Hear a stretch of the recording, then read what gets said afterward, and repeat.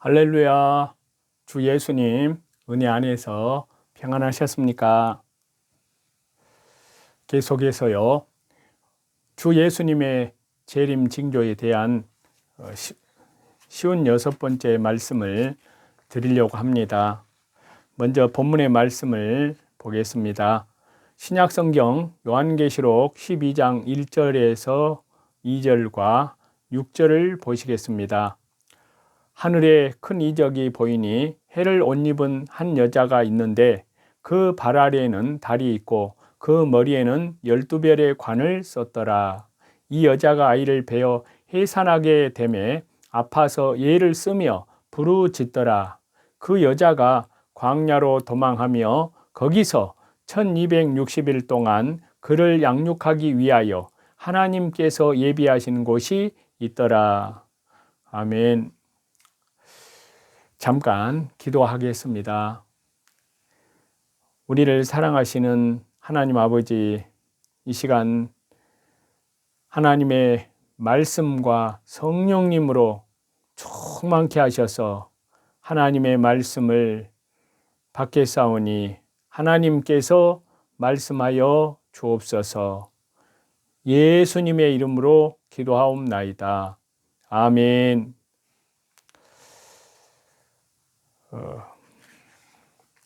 해 입은 여자와 참 교회, 그리고 적그리스도와 싸울 종말의 참 교회라는 말씀으로 증가하고자 합니다. 해 입은 여자의 모습이 성경에 기록이 되어 있습니다. 특히 요한계시록이에요. 또한 해 입은 여자의 고통과 해 입은 여자의 예비처, 해를 입은 여자의 휴거, 이러한 내용으로 요한계시록에 말씀을 하고 있는데요. 특히 이것은 참 교회의 모습을 말씀하고 있는데요. 자, 그 교회에게 주신 하나님께서 주신 권세를 보시면요. 신약성경 마태복음 16장 18절에서 19절입니다. 또 내가 네게 이르노니 너는 베드로라. 내가 이 반석 위에 내 교회를, 주 예수 그리스도의 교회를 세우리니 음부의 권세가 이기지 못하리라. 내가 천국 열쇠를 네게 주리니 내가 땅에서 무엇이든지 매면 하늘에서도 매일 것이요 내가 땅에서 무엇이든지 풀면 하늘에서도 풀리리라 하시고. 자, 교회의 권세에 대한 말씀인데요. 자, 요한계시록 12장 1절과 2절 그리고 6절에 대한 그 말씀에 보시면요. 해를 입은 여자가 있습니다. 1절에 보시면요. 그 발은 달을 딛고 서 있고요. 그 머리에는 12별의 면류관을 썼다고 말씀하고 있습니다. 그리고 해를 입은 그 여인이 부르짖는다고 말씀하고 있는데요. 2절에 보시면 여자가 아이를 해산하게 되매 그 해산의 고통으로 애써 부르짖고 있습니다. 그리고 3절에 보시면 붉은 용의 출현에 대해서 말씀을 하고 있는데요. 해 입은 여자에 이어서 이 한 큰 붉은 용이 있습니다. 그러니까 그 용은 머리가 7이고 뿔이 10이라고 했습니다. 그 여러 머리에 7 면류관을 썼다고 말씀하고 있는데요. 큰 붉은 용이 하늘 별을 땅에 던지는 내용이 4절에 나옵니다. 그래서 그 큰 붉은 용이 그 꼬리로 하늘 별의 3분의 1을 끌어다가 땅에 던졌습니다. 그리고 여인이 해산하려는 아이를 삼키려고 합니다. 4절에 보시면요. 큰 붉은 용이 해 입은 여자가 해산하는 아이를 삼키려고 기다렸다고 말씀하고 있습니다. 그리고 여인이 낳은 아이의 정체에 대해서 5절에 말씀하고 있는데요. 장차 철장으로 만국을 다스릴 남자이고 하나님과 그 보좌 앞으로 올려갔다고 말씀하고 있습니다. 그리고 해 입은 여자가 광야로 도망갑니다. 6절에 보시면요. 그래서 해 입은 여자가 광야로 도망가니까요. 그곳은 1260일 동안 양육받을 장소로서 하나님께서 예비하신 곳이었다고 말씀하고 있습니다. 특히 요한계시록에는 여러 가지 비밀이 나오는데요. 우선 4가지의 비밀이 나옵니다. 첫 번째는 촛대의 비밀은 참 교회, 두 번째 음녀의 비밀입니다. 이것은 거짓 교회를 말하고요. 세 번째는 별의 비밀이 나옵니다. 이것은 참 목자를 가리키고요. 그 다음에 짐승의 비밀에 대해서 말씀하고 있습니다. 이것은 거짓 목자를 뜻하는데요. 그래서 이렇게 내용이 요한계시록 12장의 말씀을 대강 요약해 보면 이런데요. 그런데 이 말씀에 대해서 국내 학자들의 견해가 있고 애국 학자들의 견해가 있는데요. 그리고 저와 여러분의 이 말씀을 어떻게 봐야 될 것인지 어떠한 것이 올바른 견해인지를 살펴보고자 합니다. 자, 국내 학자들의 견해를 보면요. 김재준 학자는 이상적인 이스라엘을 상징한다고 그랬습니다. 무엇이요? 해 입은 여자가요. 그리고 해산한 아이는 메시아로 해석을 했습니다. 김응조 박사는요. 해 입은 여자를 환난 중에 회개한 성도의 무리로 해석을 했고요. 해산한 아이는 왕권의 성도로 보았습니다. 조용기 목사는요. 해 입은 여자를 이스라엘로, 그리고 해산한 아이를 주 예수님 그리스도로 보았습니다. 이상근 박사는요. 해 입은 여자는 유대 민족 또는 유대 교회를 말한다고 하고요. 그리고 해산한 아이는 예수님, 주 예수님 그리스도를 설명한다고 그렇게 보았습니다. 이필찬 교수는요.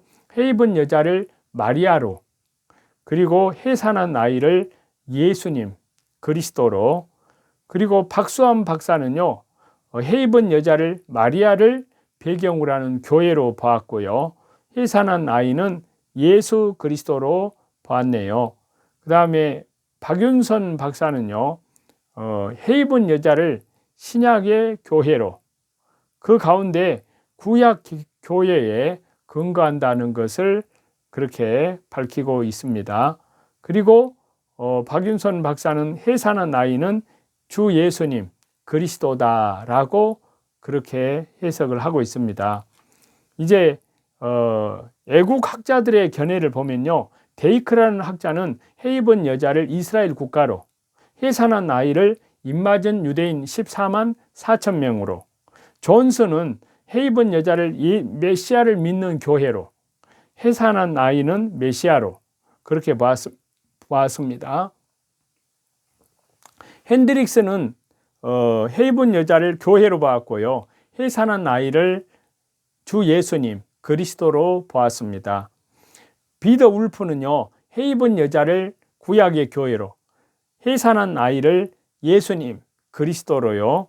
그 다음 렌스키는 해 입은 여자를 교회로, 해산한 아이는 메시아로 그렇게 보았습니다.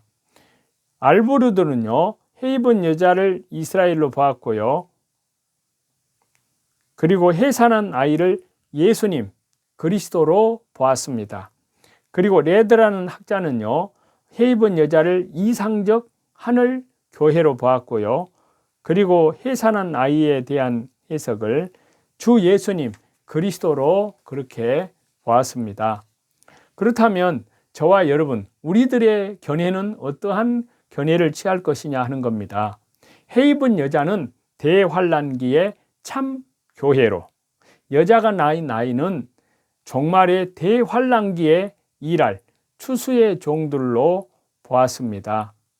자, 해 입은 여자가 낳은 아이, 이 둘을 구분을 했을 때 해 입은 여자는 종말의 참 교회를 상징하고요. 여자가 나이는 종말의 대환란기에 일할 추수의 종들로 보았습니다. 그리고 해 입은 여자는 종말의 대환란기에 충성된 종들을 배출할 말씀에 충실한 교회로 보았습니다. 해 입은 여자를. 그리고 여자가 낳은 아이를 바로 이것은 종말의 대환란기에 일할 추수의 종들과 두 증인의 사역을 감당할 종들, 이러한 사람들의 삶으로 보았는데요. 그래서 여자가 낳은 아이는 입맞은 14만 4천 명의 종들을 상징한다고 그렇게 보았습니다. 자, 여기 요한계시록 12장에 대한 아주 중요한 세 가지 중요한 견해가 있습니다.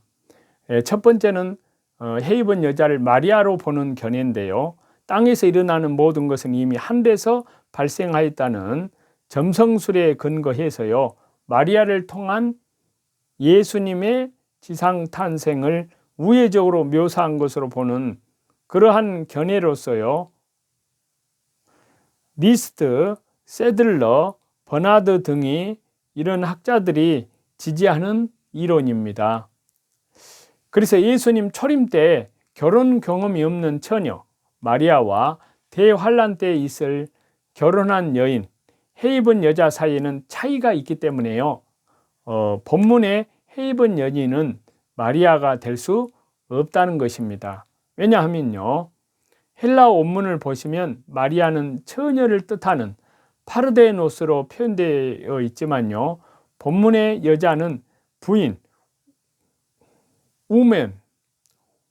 우멘으로 의미로 번역되는 균해이기 때문에 마리아가 될 수 없다고 그렇게 보았습니다. 자, 해 입은 여자는 언어적으로 귀인에 결혼한 여자라고 말씀하고요. 또 상황적인 모습으로 봤을 때는 해 입은 여자는 장차 있을 대환란의 때의 사건으로, 그리고 마리아를 초림 때 일어난 사건으로 보았습니다. 자, 이러한 내용들의 견해를 저와 여러분들이 알고 하나님의 은혜 가운데에서 정말 해 입은 여자 참 교회, 마태복음 25장에 나오는 10처녀 비유 가운데 5은 지혜가 있고 5은 미련하여 등을 가지되 기름을 준비하지 아니하였더라. 그래서 어리석은 그런 처녀들은 혼인잔치에 들어가지 못했습니다. 그와 같이 저와 여러분이 살고 있는 이 시대는 참으로 놀라운 주 예수님의 재림이 너무나 가까운 그런 시대에 살고 있습니다.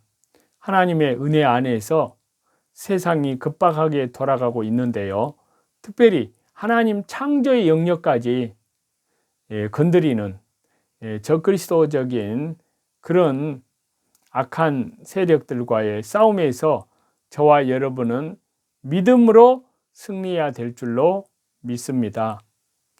그러한 저와 여러분이 다 되시기를 다시 재림하실 우리 주 예수 그리스도 이름으로 간절히 축원합니다. 찬송 드리시겠습니다. 할 수 있다 하면 된다 해보자. 믿는 자에게 흉치 못함이 없으리라. 나는 부족해도 나는 약해도 주님 도와주시니 의심 말고 두려워 말라. 기적이 일어난다.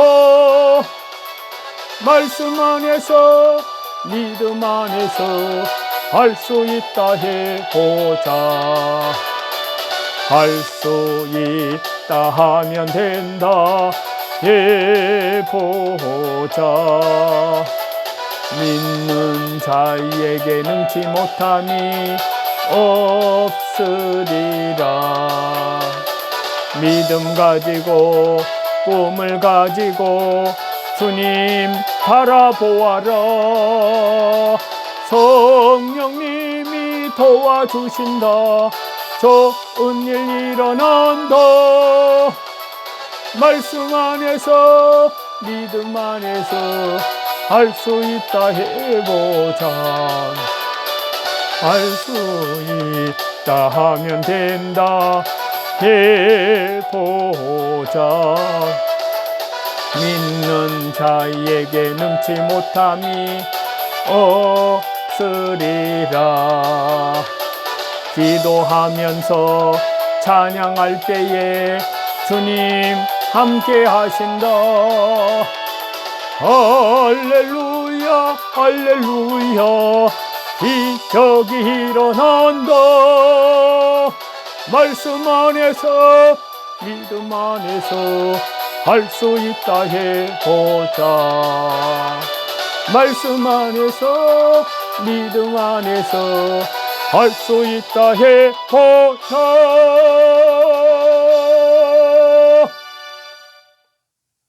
모든 존귀와 영광과 감사와 찬양을 우리 성삼위 하나님께만 돌립니다.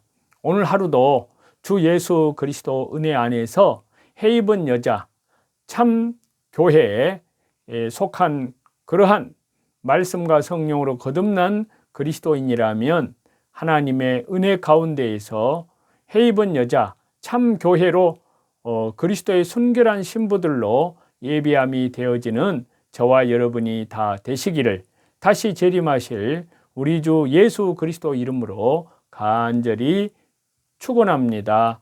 감사합니다.